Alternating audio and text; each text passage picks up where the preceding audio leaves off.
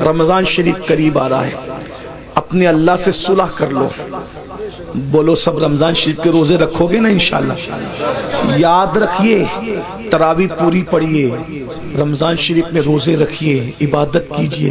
رمضان شریف کی پہلی رات آتی نا، پہلی رات، رمضان شریف کی پہلی رات، تو عرش کے نیچے سے ہوا چلتی ہے رحمت کی، اور اللہ تعالیٰ اس دن اپنے بندوں کو پیار سے دیکھتا ہے، اور جس پر رحمت کی نظر اس دن پڑ جاتی ہے اللہ اس کو جنتی بنا دیتا ہے.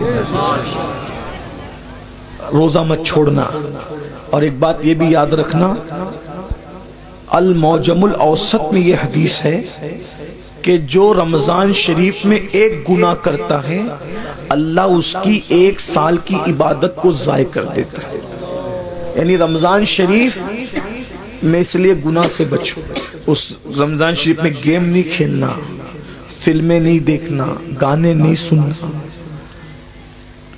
آج کل تو لوگ افطار کے وقت بھی واٹس ایپ پہ لگے رہتے ہیں، اور وہ پتہ نہیں کچھ پاگلوں نے ایسے چینل شروع کر دیے کہ وہ چینل سحری کے وقت بھی چالو رہتے ہیں، افطار کے وقت بھی چالو رہتے ہیں.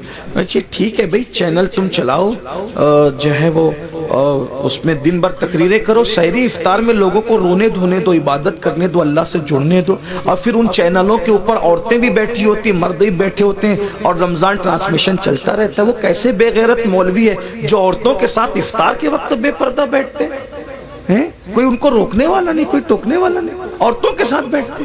غور تو فرمائے، کوئی دین دھرم ہے؟ عورتوں کے ساتھ بیٹھ کے تم دین سکھاؤ گے؟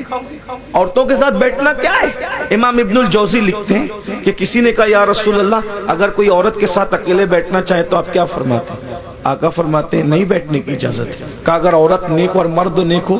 تو آقا فرماتے ہیں عورت اگر مریم جیسی نیک ہو اور مرد یحییٰ جیسا نیک ہو اور دونوں قرآن سیکھنے سکھانے کے لیے بیٹھیں تو بھی میں ان کو بیٹھنے کی اجازت نہیں دیتا. کون مریم ہے؟ سنگھار کر کے بے پردہ منہ کھول کر. پہلی بات کوئی شریف عورت اس طرح آئے گی؟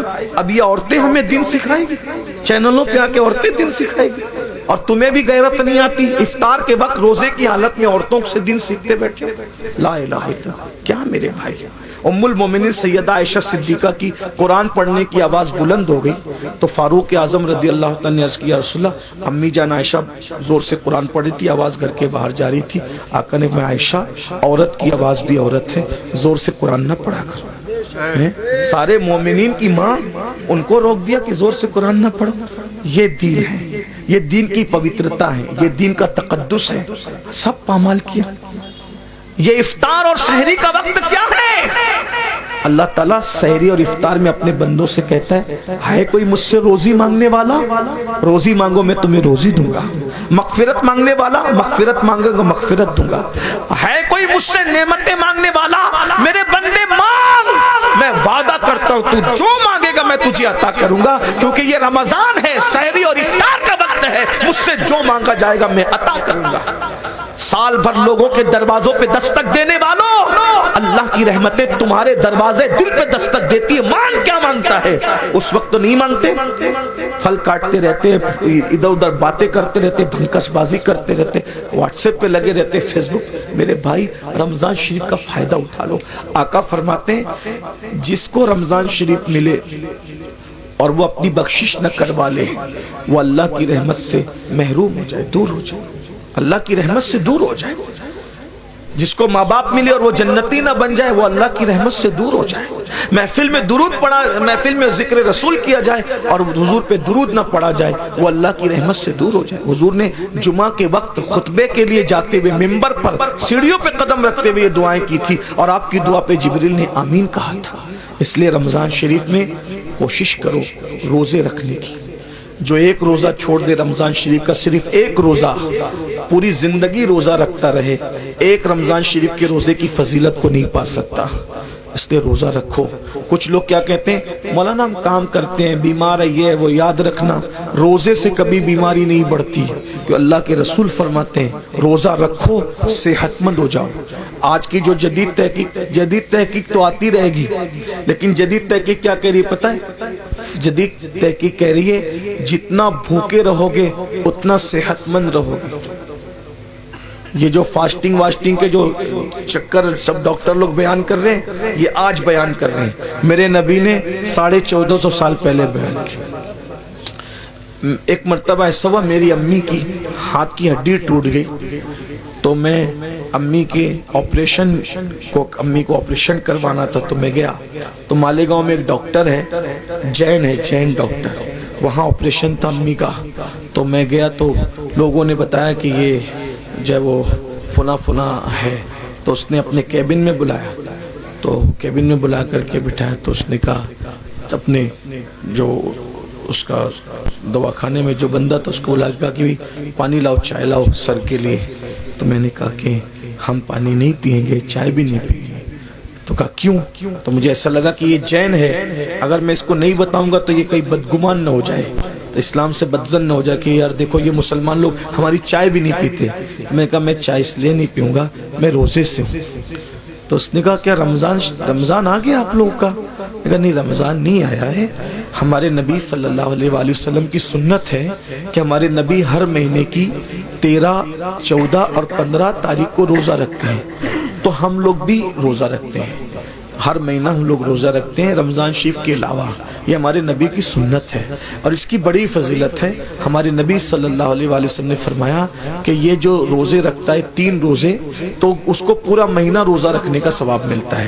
یعنی اگر جو مہینے میں 3 روزے رکھ لے، 13، 14، 15، اس کو ایام 20 کہتے ہیں، تو اگر 3 روزے رکھ لے تو پورا مہینہ وہ روزے دار شمار ہوگا۔ تو اس طرح ہم لوگ جو ہے وہ 3 روزے رکھ کر پورا مہینہ ثواب کمانے کی لالچ میں روزہ رکھ لیتے ہیں۔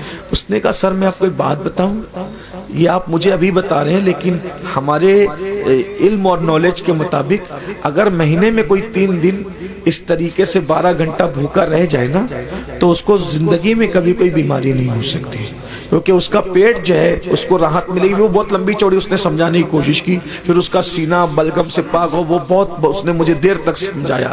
میں نے کہا یہ سب تو اپنی جگہ ہے، ہم اس لیے نہیں رکھتے، ہم صرف اس لیے رکھتے ہیں ہم نفع و نقصان کے سوداگر نہیں ہیں۔ محبوب نے کہہ دیا بس ہم نے کرنا ہے، ہمارا مزاج ہے، ہم مسلک عشق والے ہیں، ہم سوداگر ثواب کے بھی نہیں ہیں اور ہم سوداگر نفع و نقصان کے بھی نہیں ہیں، یاد رکھیے۔ تو برحال اس وقت اس نے مجھے بتایا، تو میں نے کئی لوگوں کو بتایا کہ دیکھو غیر مسلم لوگ بھی روزے کے قائل ہو رہے ہیں، بلکہ اب تو بہت سارے غیر مسلم بھائی بھی رمضان شریف کے بہانے وہ روزہ رکھنے کی کوشش کرتے ہیں تاکہ فاسٹنگ کا فائدہ ان کو بھی مل جائے۔ لیکن ایک بات آپ کو بتاؤں، ہم سائنسی فائدہ حاصل کرنے کے لیے روزہ نہیں رکھتے، ہم تو یار کی رضا کے لیے رکھتے ہیں۔ اور میرا اللہ فرماتا ہے، آئے ہائے کیا بات کہی میرے اللہ نے، اللہ فرماتا ہے روزہ میرے لیے ہے اور میں ہی اس کی جزا ہوں، یعنی ہر نیکی کا ثواب ہوگا اور روزے کی اجر کیا ہے؟ ذات الہی کا دیدار ہوگا۔ اسی لیے آقا فرماتے ہیں روزے دار کو 2 خوشی ہے، 2 خوشی کیا؟ ایک افطار کے وقت اور لقائے رحمان کے وقت، یعنی اللہ کا دیدار نصیب ہوگا روزہ داروں کو۔ اللہ جنت میں روزہ داروں سے بے حساب ملے گا، بے حساب ان کو اپنا دیدار، اور بے حجاب اللہ ان کو اپنا دیدار عطا فرمائے گا، بے حجاب، بے پردہ۔ سوچو تو صحیح، جب اس کا نبی اتنا خوبصورت ہے تو اتنے خوبصورت نبی کو بنانے والا خدا کے حسن و جمال کا عالم کیا ہوگا۔ جب اس کا یوسف اتنا خوبصورت ہے تو یوسف کو بنانے والے خدا کے حسن و جمال کا عالم کیا ہوگا۔ کیا مزہ آئے گا جب اپنے اللہ کا جنت میں دیدار کریں گے۔ لیکن کون کرے گا؟ جو جنت میں جائے گا، جو جنت میں جائے گا ہی نہیں اس کا کیا حال ہوگا۔ اس لیے توبہ کیجئے، توبہ کے دروازے کھلے ہوئے، استغفار کیجئے، اللہ کو منائیے، اللہ کو راضی کیجئے، اللہ سے صلح کیجئے۔ دیکھو اگر آخرت کی تیاری کرو گے تو بھی دنیا سے جانا ہے، نہیں کرو گے تو بھی دنیا سے جانا ہے۔ اللہ ناراض رہے گا، ہڈیاں بھی قبر میں پگھل جائے گی، کیڑے کھا لیں گے، سانپ بچھو ڈسیں گے، اور قیامت تک جو ہے وہ سانپ بچھو ڈستے رہیں گے۔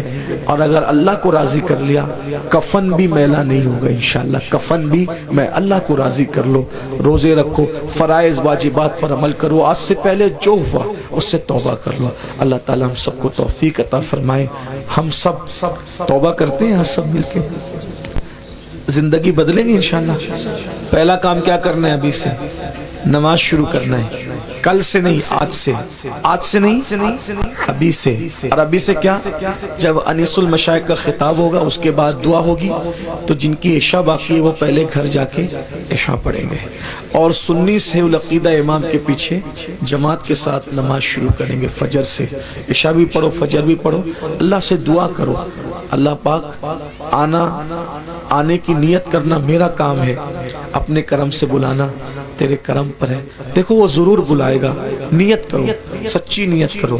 اگر سچی نیت کر کے فجر میں سو گے نا، کتنے بھی تھکے رہو گے، آدھے گھنٹے بعد بھی تمہاری آنکھ کھلے گی۔ جب ٹرین پکڑنے کے لیے آنکھ کھل سکتی ہے تو نماز کو جانے کے لیے آنکھ کیوں نہیں کھل سکتی؟ بس بات اتنی ہے، ٹرین کی اہمیت دل میں ہے کہ ٹرینیاں چھوٹ نہ جائے تو آنکھ کھل جاتی ہے، تو نماز چھوٹ نہ جائے تو بھی آنکھ کھلے گی۔ جب انسان ایگزام دینا ہوتا ہے نا، تو ایگزام دینے والے بچوں کو نیند نہیں آتی۔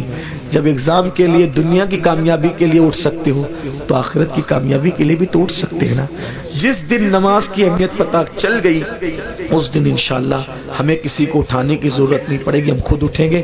آئیے سب مل کر سادات کرام، علماء کرام، ہمارے انس میاں صاحب کی بلا اور بھی سادات علماء موجود ہیں، بڑے بڑے علماء موجود ہیں، ان سب کی موجودگی میں ہم سب مل کے اللہ کی بارگاہ میں توبہ کریں۔ پڑھیے استغفر اللہ، دل سے پڑھیں اس کی طرح، بنی